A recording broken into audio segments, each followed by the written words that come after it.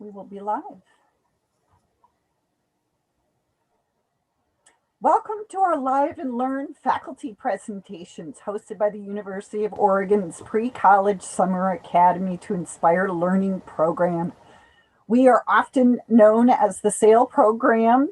To those of you who are unfamiliar, we are a University of Oregon pre-college program that serves high school students in their pursuits of higher education.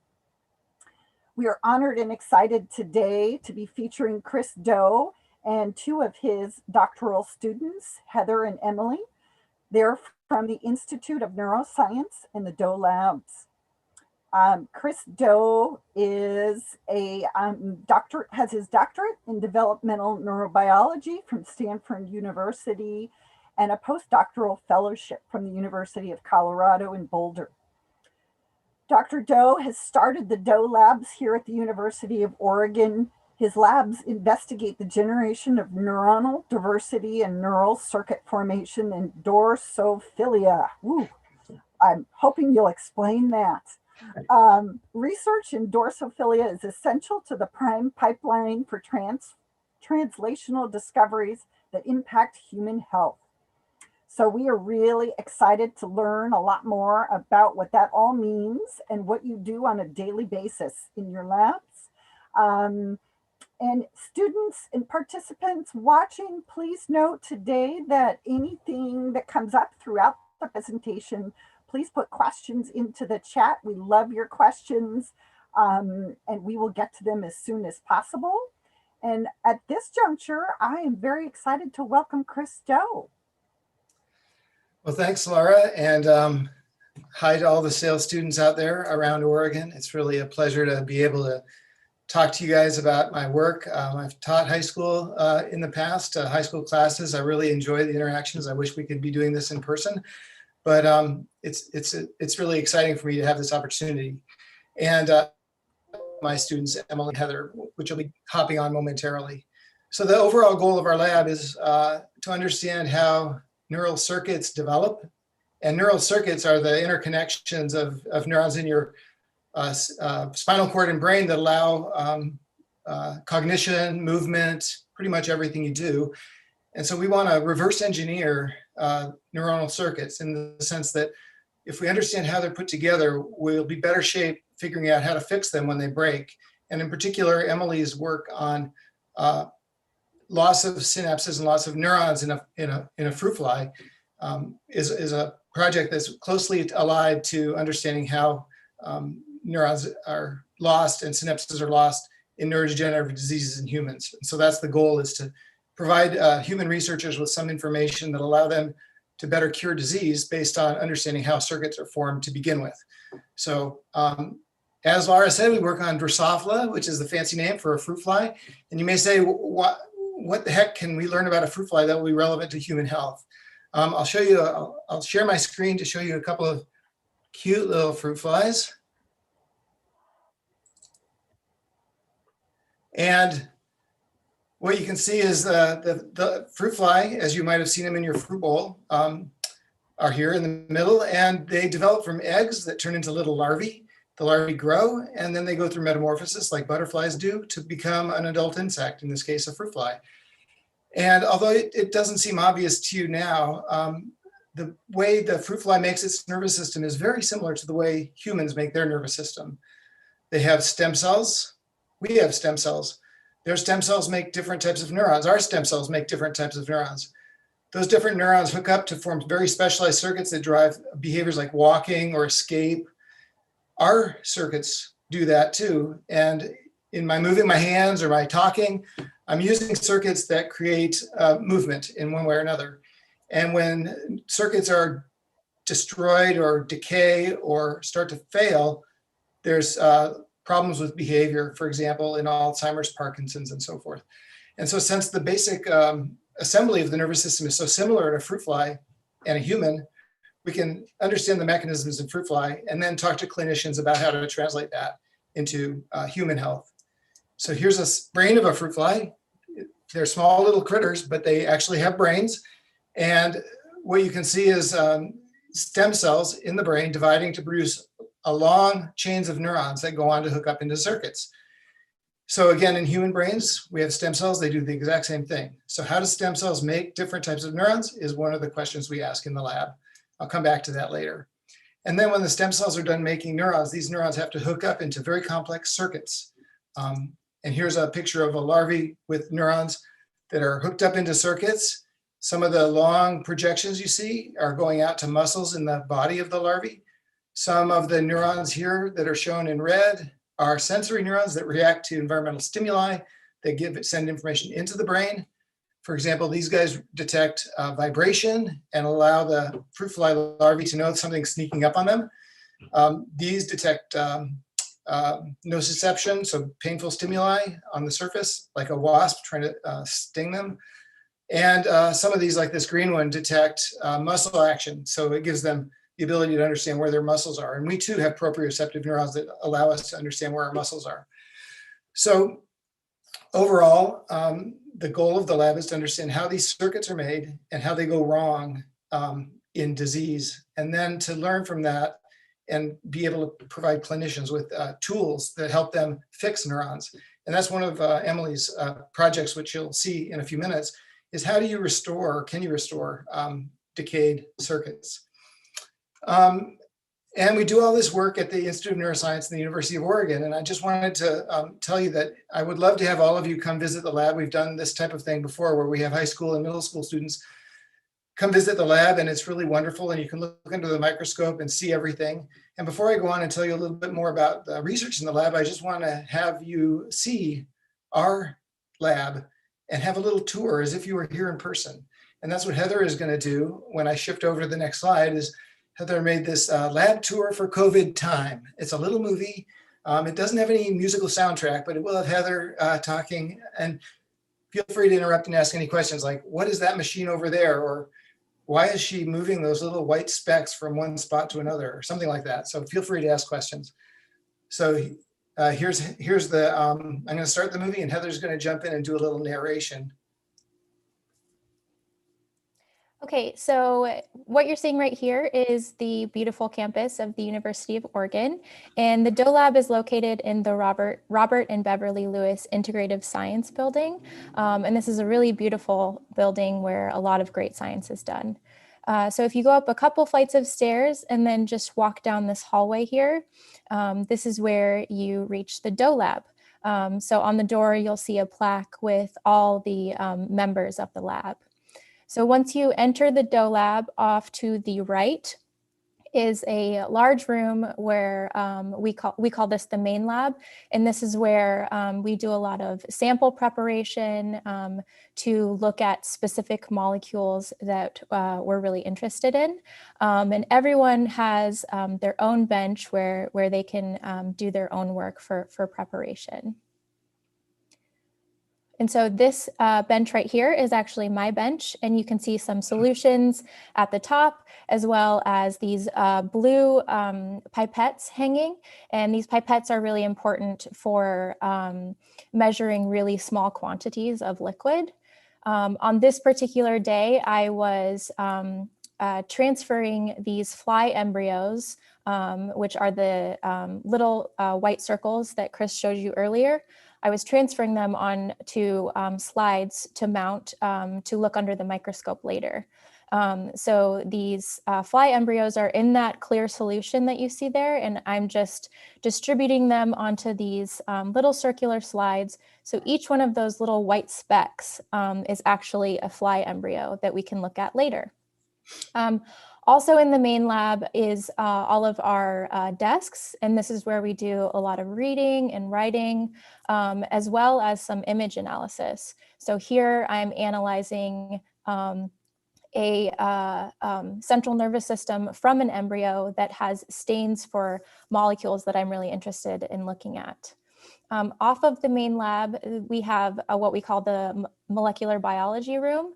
And this is where we store a lot of equipment such as scales and other equipment that we use for tasks that we need to do. We also store a lot of chemicals in this room as well, so that we can make specific solutions for the sample preparation. And we also have the fume hood, which is used when we handle more dangerous chemicals that we don't want to disperse throughout the air. When you enter the Doe Lab, to the left is the fly room. And this room is where we look at the flies that we have, and we select ones that have specific features that we're interested in, and we can save them for later. So each station has a microscope as well as a CO2 pad. And this microscope allows us to look at individual flies, even though they look really tiny by eye, and pick out these specific features. So this blue square here that you see is the CO2 pad, and that just lightly brings CO2 onto the surface of that pad. So right now I just flip the flies that are held in this little vial onto the CO2 pad, and that makes them fall asleep. So then I can look at them under the microscope and look for those really specific features that I'm interested in. And then I'll pick out those specific flies and put them in a vial and save them for when I need them later. We also have incubators in the lab that are held at different temperatures, as well as these larger rooms that have different temperatures as well. And these different temperatures are really important to control the development of the fly, the developmental timing of certain flies, as well as controlling specific experiments so that we can control them the way that we want to. The last room in the lab is the microscope room, and there are 4 microscopes in this room, and you'll see me sit down on that microscope there in the back. So right now I'm sitting down and I'm changing the objective, which was that rotating disc there, to then go in and look at the embryos that were those little white specks that I showed you earlier. So at a certain magnification, they look like really small green ovals. And then as you increase the magnification, you can see specific features. And this microscope is called a confocal microscope, which allows you to actually look through the embryo instead of just on the surface. So we can look at features like the organs as well as the central nervous system. And flies are really awesome because you can use certain genetic tools to label specific cells. So these green circles that you see here are actually individual cells that I'm really interested in learning about. And so using these genetic tools, we can label these cells and then image them using these really great microscopes. And the movie is over, but if you want to take another like 2 minutes and just say why you are interested in those particular neurons that are shown in green, that'd be great. Sure. Yeah. So these specific neurons are a population of interneurons that are a part of this circuit that allows for locomotion of the larva. And, oh, sorry, I thought you were going to say something. It's been shown that certain populations of these neurons distribute to specific regions of the central nervous system in a very characteristic way based on when these neurons are born. And so I'm using these neurons to learn more about the molecules that are intrinsically expressed in these neurons to better understand how these neurons are assembled and form a functional circuit. Great, thanks, Heather. And this would be a good time to take any questions. I just want to say that in Heather's research, what we're trying to do in the beginning, I said, was try to figure out how circuits develop and then how they are maintained to create function through the life of the animal. And Heather is collecting data that suggests that neurons that are in a circuit are born at the same time. And so that's a mechanism for making sure that neurons that need to partner up are there at the right time and place if they're born at the same time. And so that's not a definitive result yet, but that's the way the research is heading. And Heather is going to be pursuing that for the next 99 years of her PhD thesis. I mean, 3 years of her PhD thesis. And so if you guys out there in SAIL land have any questions, now would be a good time. I'll flip over to just the the outgoing student and highlight the incoming student, but we can stop for questions here. We just have two questions so far. It says, are you still able to do your research in the lab during COVID? And what does that look like now? We obviously see Heather with a mask on. Yeah. Yeah, Well, so go ahead. Sorry. Yeah, these pictures right here, of course, were taken pre-COVID, but you're right. The movie was a COVID movie with masks. Go ahead, Heather. Yeah, so obviously at the beginning of the pandemic, we were really restricted to how much time we could spend in the lab and how many people were in the lab.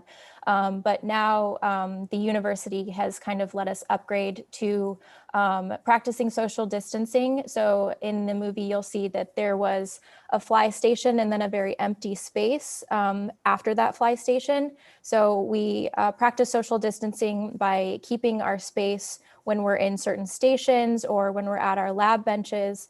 But as long as we're wearing a mask and being aware of how close we are to people, it's gotten to a point where we're all able to progress in our research as long as we coordinate with one another. So there's just been a lot of communication and scheduling that needs to be done. But for the most part, I'd say we're at a good spot now. That's great. Just for example, how many people are in the Doe Lab?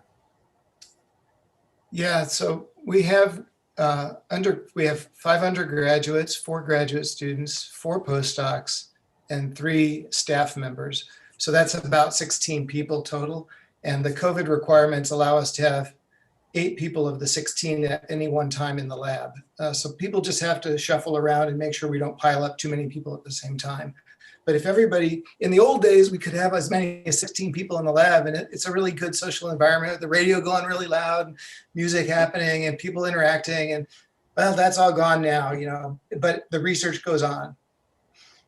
That's great. Fantastic. The other question you've kind of answered, but in some ways, but maybe clarifying what is the importance of looking at the embryos and what can we learn from it? Yeah. Do you want to do that one, Heather? Sure. So the importance of looking at the embryo is that we can look at the progression of development of the neurons that I'm interested in. And so these neurons are born at a specific time, and we can kind of freeze that developmental time and look at what they look like during an early stage of development, and then look at later stages of development to see how they're connecting or where they're targeting in the central nervous system. And this gives us kind of a developmental time of how those neurons are targeting and connecting to the proper partners over the maturation of that embryo. Yeah, that's a really good question, whoever asked it, because fruit flies go through metamorphosis. And so Heather is working on the embryo, where in the embryo, that's when the circuits are made. That's, you know, as she said, that's why she's looking at the embryo. The circuits are made there for the larvae, but then the larva makes circuits for the adult much later. And there are people in the lab working on the adult and the circuits in the adult. So we have to study 2 different phases. One is the embryo, where the first circuits are made that the larvae uses, and then one in the late larvae or even in the pupal stages where the adult nervous system is made. So I'll show you some examples of adult flies too, but those are the 2 stages that you assemble the nervous system. So those are the 2 stages we want to look at very carefully. And then just one more question about, reminder, you utilize fruit flies because they most simulate human circuit development. Is that? Great question. They're not the most similar to humans. That would be, say, primates, great apes, monkeys. There's a lot of ethical problems as well as technical problems with working with primates. I would never do it myself personally. Then you go down to something like a mouse or a rat. And those maybe are more similar to humans, but they're very expensive still to maintain and take care of. And so what we've done with flies is flies are similar enough to help us understand human development, but they're cheap, easy, they're invertebrates, so there's no real ethical issues putting your thumb on them, whether they're in your kitchen or whether they're in the lab. You know, it doesn't really bother very many people. It certainly doesn't bother me. to work on them. And it does give you that connection to human development without the ethical and financial burden that working on a mouse or a primate would. So it's kind of a compromise. It's the cheapest, easiest, simplest, fastest to use organism, but it's not the closest. It's close enough, but not the closest. So that's why people do work on mice and rats. Yeah, great question. Okay, please interrupt me with any other questions. And now I'm going to shift over to Emily, who's got her own PowerPoint presentation about her thesis research and how it relates to the formation and maintenance and potential loss in an Alzheimer's model in the fruit fly. Take it away, Emily. Thanks, Chris. Can I share my screen with you still sharing? No, but I've just stopped. Great.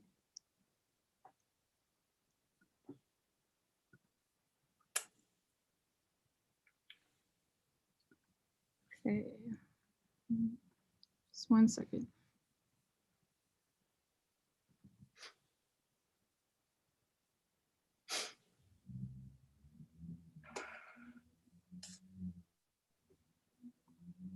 And I see things in the chat, but Josie, if you want to pop in and just ask them, or Laura, because I'm not very fluent at reading chat during this whole thing.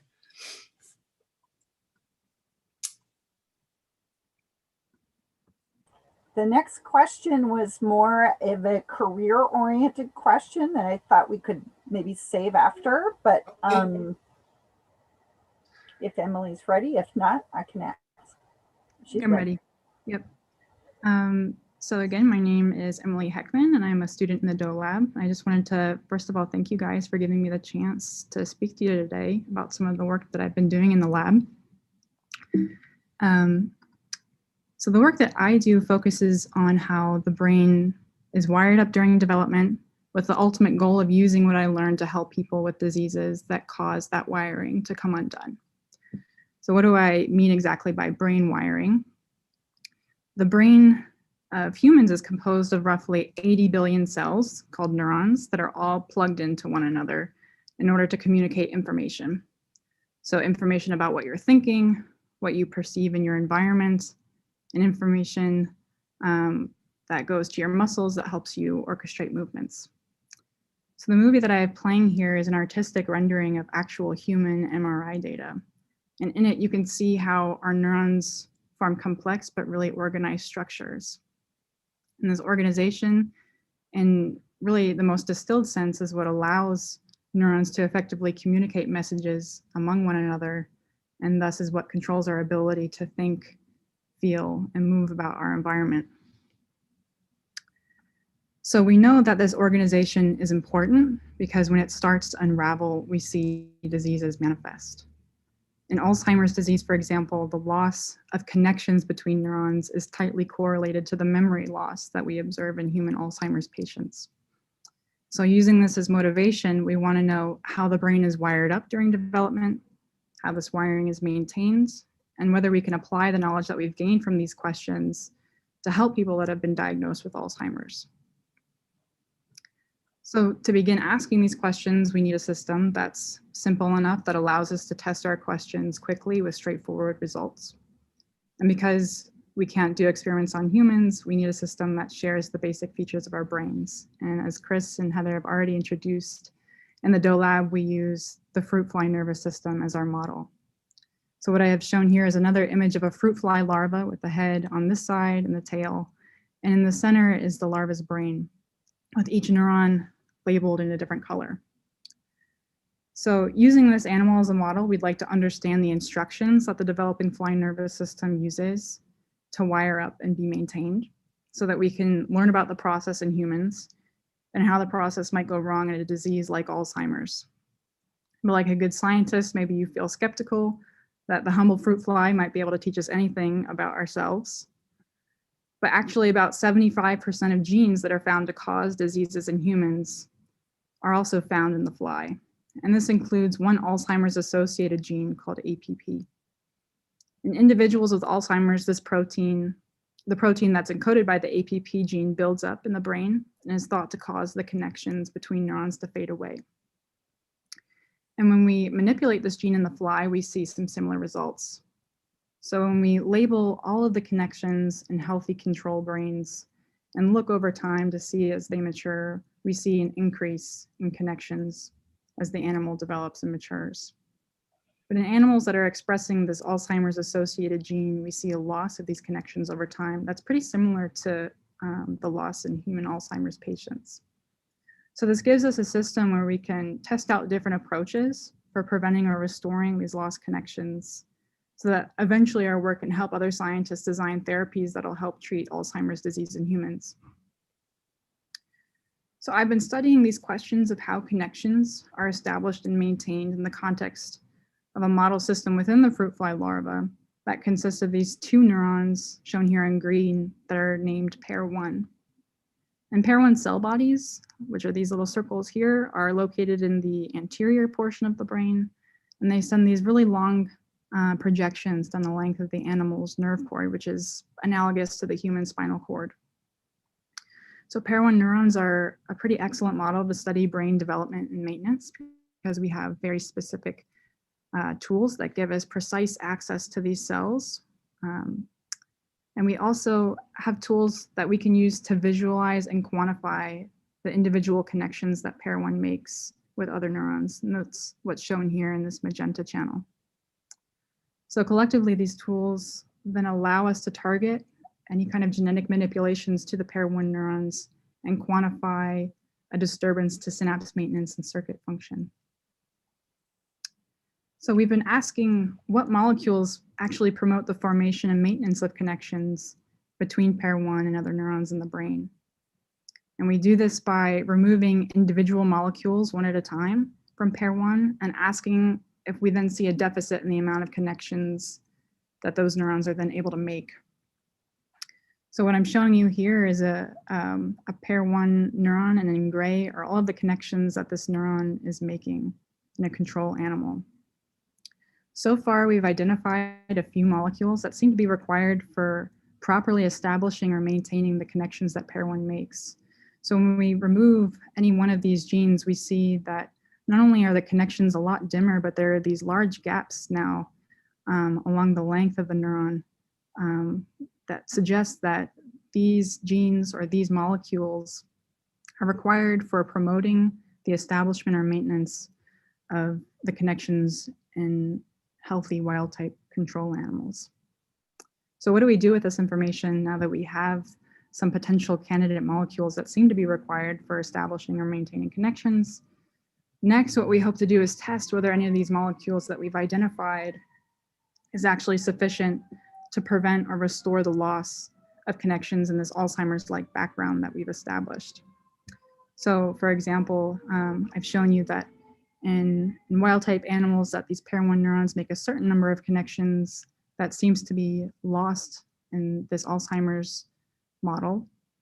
And so what we hope to do is maybe add back in one of these molecules that we found is required for promoting the establishment or maintenance of the connections to either completely prevent the loss of these connections in Alzheimer's, or maybe even restore the lost connections. So this would really capitalize on the excellent genetic capabilities that we have in the fly and allow the field to start developing potential therapeutics for mitigating diseases like Alzheimer's. So that is kind of my project in a nutshell, and where we hope to take it in the future. So I'll just briefly thank the many members of the lab for helping me along the way. I'll hand it back to you, Chris. Okay, thanks, Emily. And if anybody has any questions about Alzheimer's in fruit flies or anything else that Emily mentioned in her synopsis, we can take a question or two about that before we get rid of the, take away the PowerPoint. There's a question about these connections that get disruptive. Is there, in the picture where there's the long neuron, is that what you called it? is there a more common area that the disconnection happens? Mhm. Yeah, so in Alzheimer's disease, of course, one of the most common symptoms is memory loss. In the human brain, the area that controls memory is called the hippocampus. And so it's one of the more heavily studied areas in Alzheimer's models and in other mammalian systems because it seems to be one of the epicenters of the disease itself. Yeah. Fantastic. And then you've added in, once you've discovered there are some connections, you've added in these molecules to see if it promotes healthy growth. And are you seeing that happening? Yeah, these are, so we haven't done it quite yet. It's in the pipeline to be done, but we're really hopeful that if we take one of these molecules that is required for promoting the establishment of connections, that they can be maybe therapeutic and restore or prevent the loss of connections in future experiments. So that's work still to be done. Wow, that's amazing. And one other question for you, Emily, in that line of thought is, you were talking about Alzheimer's and memory loss. Is what you discover here, will it be transferable for if it was a car accident or some other memory loss disease kind of, or is it specific to Alzheimer's kind of? Yeah, so a lot of the genes that we're studying right now are thought to have general usage in synapse or the formation of these connections. So what would be really cool is to apply them broadly, like you're suggesting, not just to diseases where these connections fade away, but maybe in an injury model to see if they can promote regeneration in that capacity. There are many diseases where synapses are either failed to be established or fail to be maintained. And I think that that there's potential utility in each of these cases for some of these molecules to be useful. Thank you. Thanks, Emily. And if you want to stay around for the remainder of the session, I think there's going to be some questions that you would be the best person to answer at the end. Sure. I forgot to mention that to Heather, and she's already logged off. Okay, so where did my slideshow go? That is a good question. So there are some kind of career-oriented questions. So shall we wait till after your next section here, Chris, to talk about those? Yeah, my next section is going to be pretty quick, Okay. and so then we can do questions. Yeah. Perfect. So this is not a Drosophila. Can you guys see my screen? Not yet. No. Okay. Let me see. Share screen. Oh, there it is. There we go. Yeah. So this is not a Drosophila. It's not even a real animal, but it does a bunch of behaviors, this little robotic dog. And I want to make an analogy between how we work on the nervous system and how we could work on this robotic dog. If you wanted to understand how the behaviors of this dog got made, you'd have to go into its circuit board and understand how the electronic circuits were programmed. One way to do that would be to go in with a probe and activate nodes of this circuit and see what type of behavior you could elicit. So you send a little bit of current to a particular node on the circuit board, and maybe the robotic dog barks. So you know that circuit is involved in barking. This is exactly what we do in the fruit fly to find our circuits, the circuits that Emily talked about, the circuit that Heather talked about. We find behaviors by probing circuits to see what behavior they can induce, similar to giving current to a particular part of the motherboard of this little robot and getting it to roll over or bark or chew your sock or whatever. And we have all these probes that we can put into different neurons. They're shown here in green in a whole wide array. And basically they're like light switches. each of these green cells is a small subset of neurons in the whole CNS, the whole nervous system. And we can turn each one of these green cells on and off using this trick down here, which I'm not going to explain. But the bottom line is that anywhere you see a green cell, we can use light to turn on that neuron and make it fire like a light switch. And it'd be similar to putting an electric probe and passing current into that circuit board. So we pass current, calcium channels create a current, turns on the neuron, and we look at what behavior comes out. And then we find a match between the neurons and the behavior in that. It gives us our circuit. And so I just want to show you two behaviors that we're studying in addition to the behavior that Heather is studying. This is a particular line that turns on just two neurons in the brain. And what it does is it makes the fly go backwards. It just automatically remote controls. We turn on the light, the fly goes backwards. There's a movie here, there's a larvae, and there's an adult fly. And when the light goes on, which it should, if I play the movie, you'll see them going forward like they really like to do, looking for food. The light goes on and they go backwards. This is true for the little larvae and the adult fly. And they'll go backwards for minutes at a time. As long as you shine the light on them, these neurons shown to the right are active, and these neurons turn on the behavior. Now, we don't know what the fly is actually thinking as it's going backwards all the time. It probably isn't too happy, but this fly, this neuron is showing us that it's part of a circuit for making the fly go backwards.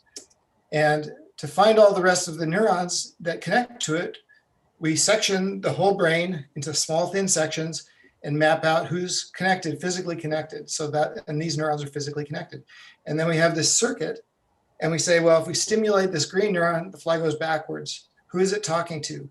It's talking to a purple neuron, which makes the fly pause from going forward. It stops forward locomotion, and it connects to neurons that make the fly go backwards, or the larvae or the fly go backwards. And so that's one circuit we're working on. And this one's built in the embryo, but it's used both in the larvae and in the adult, which is interesting. So it survives metamorphosis. Another circuit that we're interested in is a navigation circuit for the adult fly. And so here's a little virtual reality arena, and it's about 7 or 8 inches square. And inside of this arena, these are LEDs that shine light in patterns that we can program. And so if we program it to be a spot, it's like a sun. We found the fly can navigate. The field has found the fly can navigate relative to the sun. It really likes stripes. If we make a stripe, which I'll show you in a second, it'll orient to the stripe. And then we can look for neurons in these circuits that drive navigation. So here's the little fly that's tethered. You can't see it right here, but here it is in a different view, flying away, monitoring the LEDs to see what's going on in its environment. Again, we don't know what the fly is really thinking, but if we show it a bar of light, it'll orient to that bar all the time. It must love bars for some ecological reason. And so there's the fly flying right there, and we're showing it a bar of light. And as we move the light, the fly twists and turns to keep that in front of it. And that's a behavior that we can find the circuits for. And a graduate student, Jordan, who's not here, is working on that circuit and the neurons that produce that behavior. So the overall goal of people like Emily and Heather, I don't know if Heather's in this picture because it's a little old. The overall goal is to find neurons that make circuits, understand how that works, and then understand what maintains those circuits from neurodegeneration or injury models, as Heather talked about. So now I think would be a really good time for questions. And I'm glad Emily is still here because I know one of them has to do with women in science. Great. Thank you, Chris. That's pretty cool with all the light interaction. Yes, we had a couple of questions, more career oriented. And let's start with the Emily one. Do you have any advice for girls who are going into the STEM related fields, but feel really intimidated by it? Yeah, I think that one thing that helped me feel a lot more comfortable and confident is finding really great mentors in the field. So either senior graduate students or professors that were really supportive of my work has really helped me develop as a scientist and become more confident. So if you love science and think that you want to pursue a career in science, then reaching out to women or other allies who are supportive of your endeavor, I think would be one really great step to do that. And I just want to add on to that, not as a woman in science, but as a mentor of women in science, is that if you do reach out to a scientist to try to become engaged in research or become mentored, and you don't feel that's working for you, don't feel like it's your fault, don't feel like you're stuck. Immediately switch, because there are a lot of good mentors and a lot of good people out there that will support you, but there are some that won't, and you don't want to get trapped or feel obligated to stay with somebody who's not mentoring you properly. So I would say, keep trying until it feels right, and hopefully that'll be the first time. Awesome, thank you. One of the other career questions is, what is the coolest thing that you've discovered or learned during your research? I'll let Emily take that one, and then I'll answer it for myself when she's done. Sure. So one of the coolest things that we discovered in trying to understand how these circuits in the brain develop is that not only does it matter who these neurons are forming connections with, but it actually is super important where they're forming connections along their partners. And this has a lot of consequences for downstream functional properties of the neuron. But one thing that, one project that I was really lucky to work on early in my PhD was one that figured out the logic of how those sorts of wiring decisions are made. Is that there are specific labels along a neuron that say form a connection here, or are there environmental signals that guide one neuron to another specific location in the brain so that it can set up connections in that area. And we found that it's the latter case that seems to be functioning in our system, where a neuron is responding to diverse sets of cues in the environment that positions it very precisely at a location in the brain where it can form connections with its other partners. So it was a really cool story to work on. Yeah. And Emily is now a mentor of a brand new student, Noah, in the lab on this project. So she's not only experienced it, the excitement of that project, but now mentoring somebody new on it. So yeah, that's really great. And as far as in my many years as a scientist, there's been many surprises and many really fun things. I'll just say that when the stem cells, when we're watching the stem cells divide, we know from watching them divide over time, they make a daughter cell that becomes a neuron and another stem cell. And they keep doing that type of division where it maintains a stem cell and has a daughter cell. But how those choices are made was really unclear. And back in 1994, we in a couple of the labs found that there are molecules that are actually transported via motors up to one side of the cell and put into one cell. So we actually found the mechanism by which the stem cell can self-renew and the daughter cell can start differentiating. And it was because of inside of the cell, there were little molecular motors that were pushing these important molecules to one side and then dividing them off into the neuron. And that was very rewarding because it gave a very mechanistic, almost like watching a dump truck take a load from one side to the other of the cell and dump these materials where they could be segregated away into the neuron. And that was really fun. I guess another fun thing was just watching Emily and I both showed pictures of neurons, multicolored larvae with neurons, and being able to see for the first time all of these neurons in different colors, which allowed us to see how they connect to each other instead of just a mass of neurons, but individualized, how beautiful the connectivity is in these individual neurons that are in a multicolor larvae or embryo or adult. That was just aesthetically so satisfying. It was just so amazing to be able to see all of the different neurons all at one time, pretty much for the very first time. So that was exciting. That was only a couple of years ago. Wow, thank you.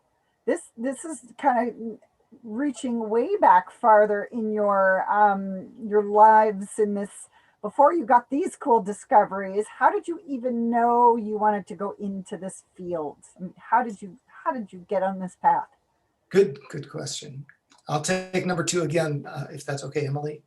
Sure.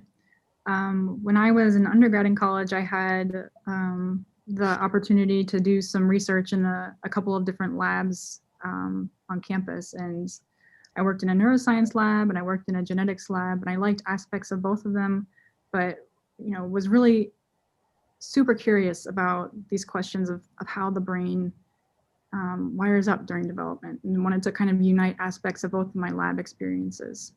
So it was really like being driven by the need to know the answer to these questions that I knew that I wanted to pursue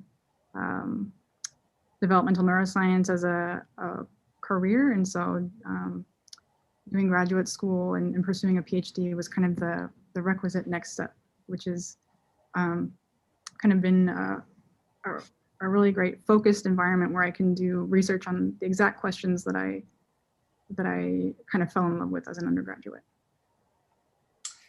Yeah. And for me, it was high school. So, your SAIL people's demographic, when I was in high school, I found most of my classes really boring and horrible, and I didn't do well. And in biology, I had this one teacher, Mr. Rabin, who recognized that I was excited about biology, but not so excited about memorizing crap. And he said, you can come work fifth period, the last period of the day, you can come work in the lab, in my little biology lab here, and start a project and do something on your own. And I'll help you with that. And so we did do a project on amoeba and chemotaxis in high school. And that totally transformed me. From then on, I was in science. So it just takes one mentor, one really good teacher to turn, at least that's been my experience. I had the opportunity to be mentored in history, English, mathematics, and those teachers did not inspire me at all. And I don't think they cared about me at all. But my biology teacher did, and that was transformational. So I don't think, maybe in an alternate reality, I go to high school somewhere else and I don't encounter that person. Who knows what would have happened? I might have been in science. I might not have been in science. Who knows? But one person turned me around in high school. So hopefully you guys out there have at least one person in some discipline that's really seeing you and helping you achieve your potential.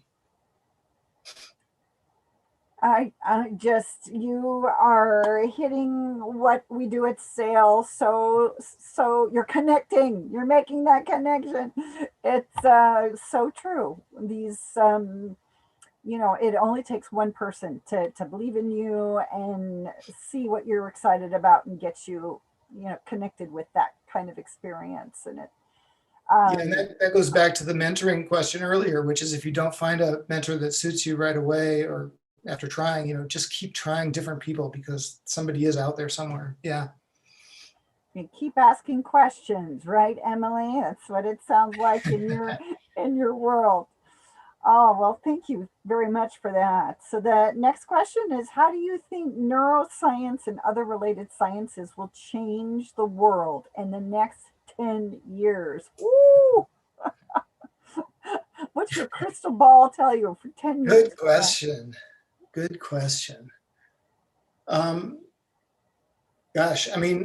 I'll go first this time and Emily can go second, which is the ability to manipulate neurons with light, which is called optogenetics, the ability to generate neurons and characterize them in a dish, which is called brain organoids. These fields are going like crazy. And so I think over the next 10 years, we'll certainly understand a lot more about how circuits generate behavior. Whether we can translate that knowledge in 10 years to therapeutics on spinal cord injuries and Alzheimer's disease and the models where Emily is targeting, whether that translation is going to happen within 10 years or 20 years, or never, is hard to say. But I think I'd be most optimistic. I'm more optimistic now about neuroscience providing cures for neural disease and injury than I have ever been before, because the field is going so fast.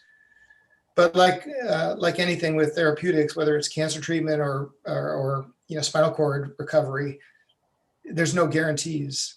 And so I guess the other thing I'll just say really quickly is that basic research throws out discoveries that are completely unexpected. And if you target a disease, oftentimes you're missing the main mechanism.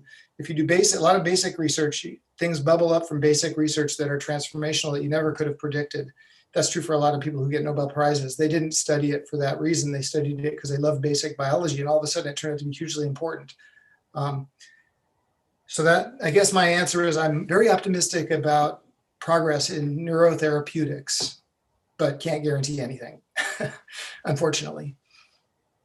I think one thing I'll add to that is these tools that we've talked about, that Chris just described, are really allowing people to ask and answer for some of the first times how different cognitive processes actually happen in the brain, which is a huge area of focus right now for many labs. So from how do we learn and remember things, what generates our emotions, how do we make decisions? We're going from understanding how individual cells seem to function in the brain to how they work all together to generate cognition. This is something that I think is going to hugely rapidly develop over the next 10 years or so, now that we have the tools to actually address them. That's a really good point. For example, in the Institute of Neuroscience here at the University of Oregon, we have a new microscope that is capable of imaging basically all the neurons in a mouse's brain while the mouse is on a trackball doing behaviors. And so you can actually make a very tight correlation between what neurons are on during what behavior in the whole brain, not just in a tiny bit, and in a whole mouse brain, not just a little fruit fly brain. So I think the ability to visualize brain activity during behavior is, as Emily said, going to explode over the next 10 years. It's like, and like I said, it's a basic research tool, so we don't know what applications are going to come out of it necessarily, but you know, it's likely that better understanding of how we actually think. Now, you might say mice and flies don't have emotions or don't have, you know, but they do. They have aggression, they have depression, they have hunger, they have sleep, and this is true for mice and flies. So many of the sort of higher order things that we think about humans doing and working with, like sleep and aggression and depression, you can monitor those and study those in mice and in flies. So yeah, it's kind of crazy how much flies do that you didn't inspect. All you thought they were going after your bananas, but no, it's way bigger than that. You know, if a male fly tries to mate with a female fly and gets rejected a couple of times, then it's always a loser in a male to male fight. If you set up a fight with another fly, the fly that hasn't been able to mate loses the fights all the time. They're depressed, they're unmotivated. If you have a fly that's been in sequential fights and loses all the battles, it'll never mate because it's too depressed to mate if you anthropomorphize it. So there's a lot of behaviors that can be studied in flies. And now we can look at the brain and see how is the brain generating those behaviors. And those behaviors can be really complicated, like hunger or sleep, or really simple, like escape, relatively simple. So yeah, good question. Your group is on top of it. They're curious. They are always curious. Wow, this is fascinating what you all do. I'm ready to come over and be a fly on the wall. How's that? You know, I don't want to provoke any you know, I don't want to overpromise anything, but we have had many high school students and even some middle school students do summer internships in the lab. And so if any of your SAIL students have a specific interest in neuroscience, that's something I'm always looking for, is to help high school students get a foothold in science, in real research science, like my high school teacher did for me. So, you know, you'll have our email addresses, Laura, and you can pass them on if you have queries. You know, it's not just a 1 hour talk exchange. We can talk about, you know, other mentoring opportunities. Amazing. That is such a gift. Thank you very, very much. Because yes, it just all this exposure is what's going to create more doctoral students. So I had a Emily's about to question. graduate. We need to replace her in the pipeline. So, Oh, we have to get yeah. another, Well, Heather's a I young was just scientist, but curious.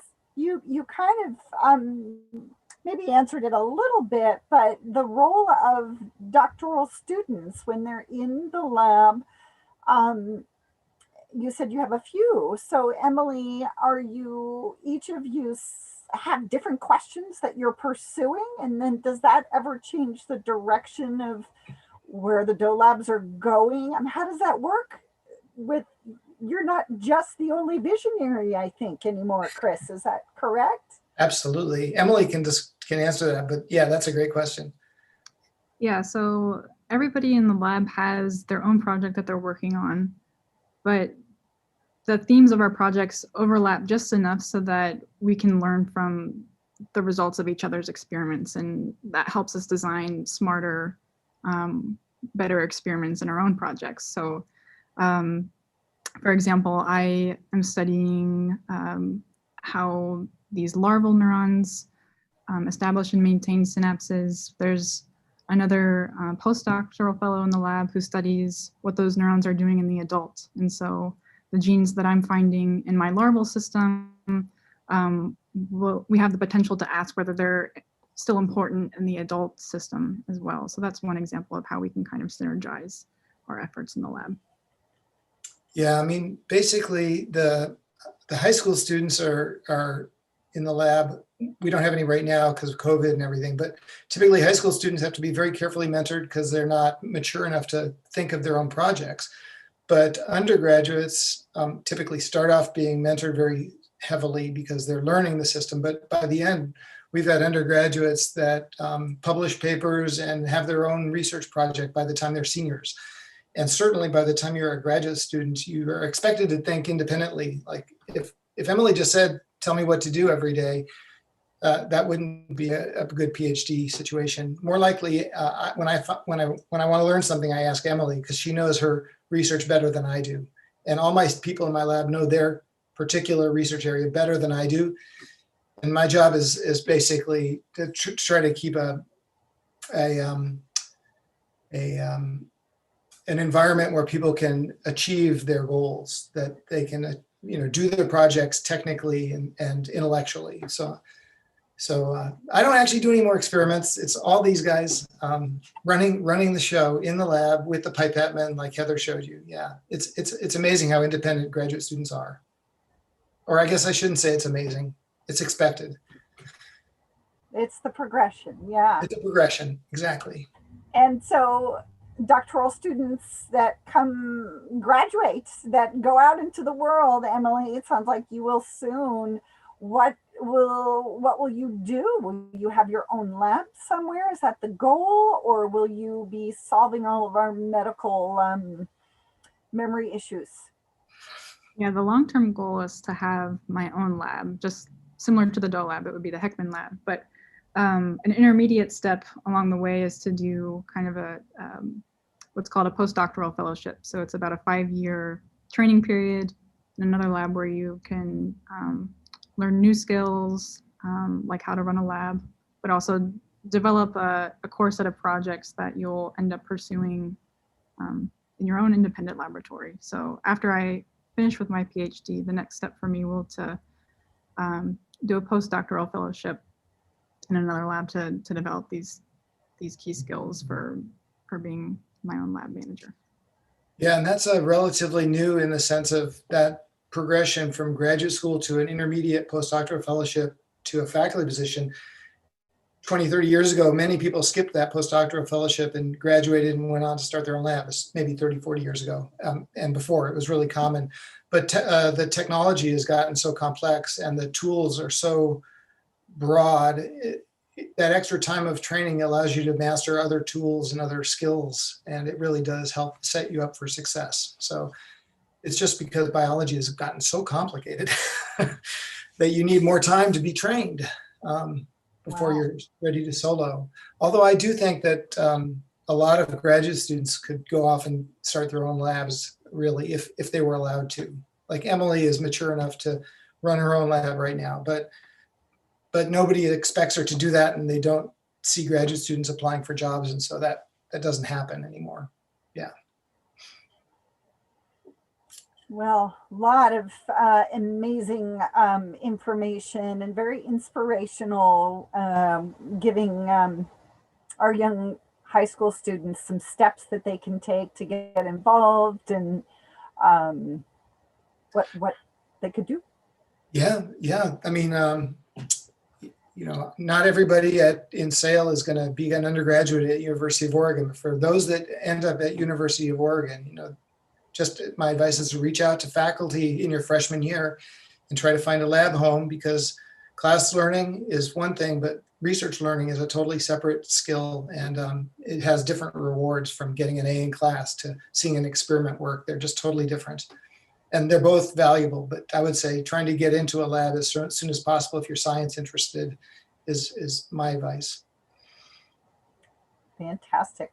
Well, our time is up for today. This was fantastic. I'm so appreciative of your time. Like I mentioned, for everyone, this was recorded and it will be posted on our website in the next few days, so you can look at it again. And if anyone would like to follow up with the Doe Labs, please connect with the sales staff at uoregon.edu email. And thank you again so much, Chris and Emily. We appreciate it. Yeah, thanks, Laura, and thanks all you sales students out there that are invisible that someday I hope to meet. Take care. Thanks for having us. Take care.